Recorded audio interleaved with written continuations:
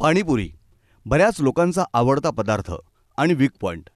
अनेक लोक दिवसाच्या कोणत्याही प्रहरी पाणीपुरी खाण्यास तयार असतात. पण याच पाणीपुरीवरून कानपूरमध्ये अक्षरशः रणकंदन माजलंय. पाणीपुरी खाण्याच्या मुद्द्यावरून झालेला वाद एवढा वाढला तिथे दणादण गोळीबार झाला आणि 1 डझनहून अधिक लोक जखमी झाले. खरं तर बुधवारी सायंकाळी रानिया पोलीस ठाण्याच्या हद्दीतील राजेंद्र चौकात एका हातगाडीजवळ पाणीपुरी खाण्यावरून 2 पक्षांमध्ये मारामारी झाली.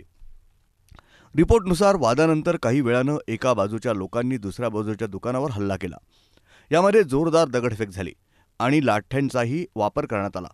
याच दरम्यान छतावर चढलेल्या घरमालकानं त्याच्याकडील बंदुकीतून गोळीबार सुरू केला. या वादात दोन्ही बाजूंचे अनेक जण जखमी झाले. मात्र कोणीही गंभीर जखमी नसल्याचा दावा पोलीस करतायत. या प्रकरणी पोलिसांनी 5 जणांना अटक केली आहे. ब्युरो रिपोर्ट, न्यूज डेस्क, महानगराची लाईफलाईन, मेट्रो न्यूज.